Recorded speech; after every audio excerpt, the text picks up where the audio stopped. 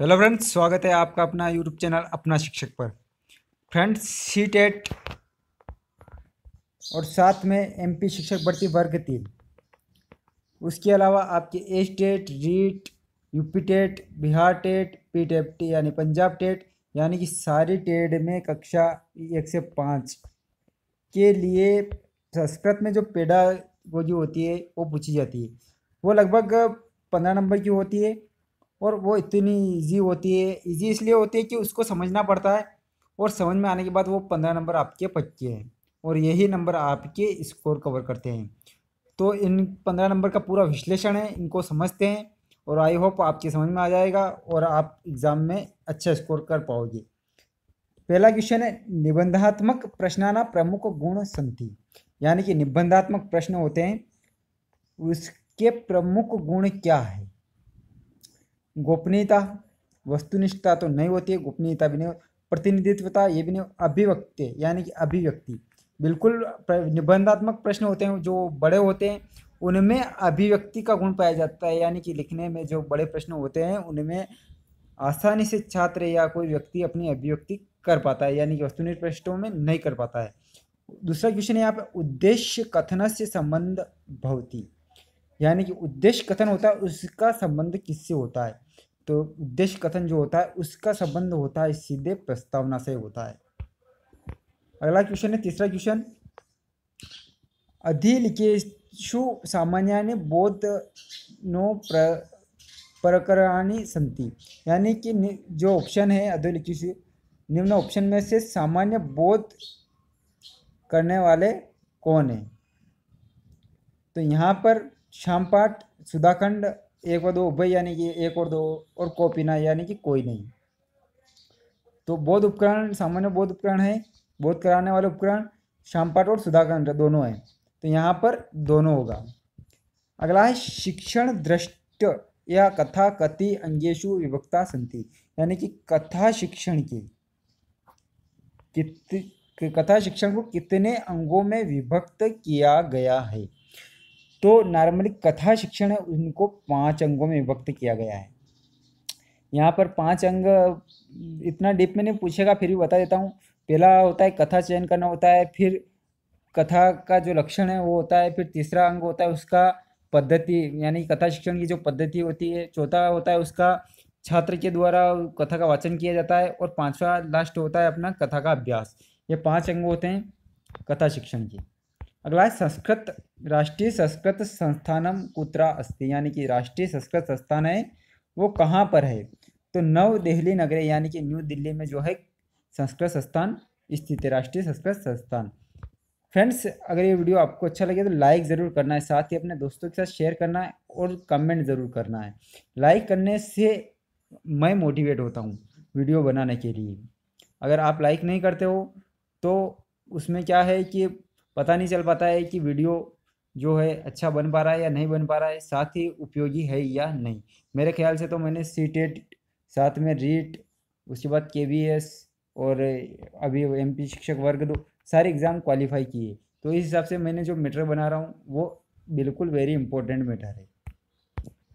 अगला है, भाषा कौशलेषु कठिनतम कौशल वर्तते, भाषा कौशल में सबसे कठिन कौशल कौन सा है। तो मैं पहले बता चुका हूँ, कौशल 4 है वो ध्यान में रखना है और वो ऐसे याद नहीं रहेंगे तो वो इंग्लिश में याद रख लेना है। अंग्रेजी में LSR और W, यहाँ पर आपके लिस्टिंग हो जाएगा, सुनना, स्पीकिंग हो जाएगा, बोलना और राइटिंग, ये रीड हो जाएगा, पढ़ना और राइटिंग लिखना हो जाएगा। तो इसमें जो आखिरी वाला क्वेश्चन होता है ना, ये सीरियल से चलते हैं। आखिरी वाला होता है अपना राइटिंग का, यानी कि लेखन का जो होता है वो मतलब कि पूर्ण हो जाता है, उसमें भाषा पे अधिकार हो जाता है लेखन क्वेश्चन के बाद में। तो इसलिए सबसे कठिन कौशल वही अपना लेखन कौशल, राइटिंग।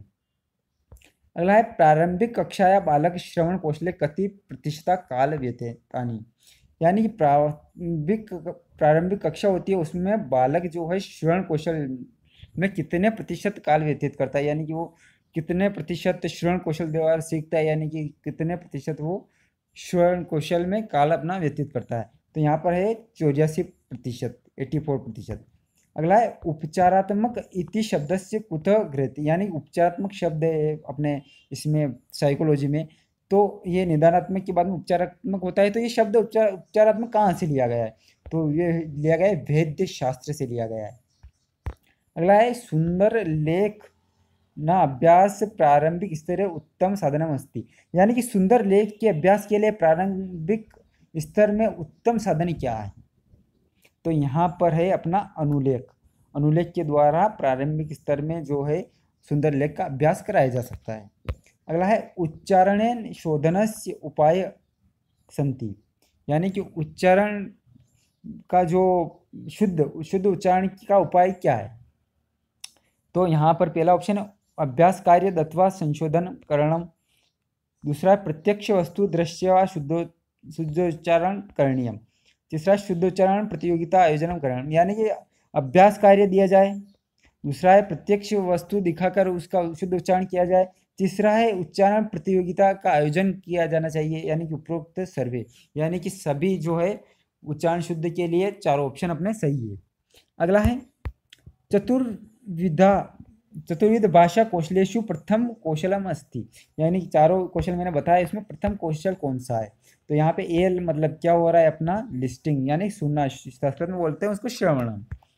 अगला है निम्नलिखितेषु लेखन कौशलस्य अभिवृद्धि विषयक विधि अस्ति। यानी कि लेखन कौशल की अभिवृद्धि विषयक विधि अस्ति। यानी कि लेखन कौशल की जो अभिवृद्धि है, लेखन का जो कौशल है उसको यानी कि सुधार करने के लिए उसमें कौन सी विधि है, उसके लिए कौन सी विधि बेस्ट है लेखन कौशल के लिए? तो यहाँ पर मॉन्टेसरी विधि है, दूसरी अपनी स्वतंत्रानुकरण विधि है, रूपरेखा अनुकरण विधि और उपयुक्त सर्वे विधि। यानी चारों विधियाँ सही है किसके लिए? लेखन कौशल के लिए। अगला है कस्या शिक्षाया ज्ञान विना छात्र शुद्ध रूपेण भाषा ज्ञानम न प्राप्त शक्नोति। यानी कि कौन से, यहाँ चार ऑप्शन दिया है, किसके ज्ञान के बिना शुद्ध रूप भाषा के शुद्ध रूप का ज्ञान नहीं किया जा सकता है। भाषा है, संस्कृत भाषा है, उसका शुद्ध रूप का ज्ञान किसके बिना नहीं कर सकते हैं? तो यहाँ पर व्याकरण शिक्षा के बिना, नाटक शिक्षा के बिना, या फिर गद्य शिक्षा के बिना, पद्य शिक्षा। यहाँ पर इंपॉर्टेंट है व्याकरण शिक्षा के बिना। आप सभी जानते हैं व्याकरण शिक्षा के बिना है शुद्ध भाषा का ज्ञान बच्चे को नहीं हो सकता है। तो यहाँ पर पहला ऑप्शन अपना सही। अगला है शिक्षकस्य आत्मविश्वासस्य छात्राणाम उपरि क प्रभाव भवति। यानी कि शिक्षक के आत्मविश्वास के द्वारा छात्रों के ऊपर क्या प्रभाव पड़ता है? शिक्षक के आत्मविश्वास का छात्र के ऊपर क्या प्रभाव पड़ेगा? छात्र प्रसन्न रहेंगे, तस्मै स्व वातावरण से ज्ञान भवति, ज्ञान का वातावरण का निर्माण होगा। तस्मिन् साहस्य एवं कार्य से इच्छा शक्ति जागृत भवति। यानी कार्य करने के लिए साहस और इच्छा शक्ति जागृत होगी। एते को अपि न, यानी कि इनमें से कोई नहीं। तो यहाँ पर आपको 15 के लिए देखना है, बताइए। तो यहाँ पर तीसरा ऑप्शन अपना सही होगा, तस्मिन् साहस एवं कार्यकरणम इच्छा शक्ति। यानी कि साहस और कार्य करने की इच्छा शक्ति जागृत होगी। Thank you for watching friends.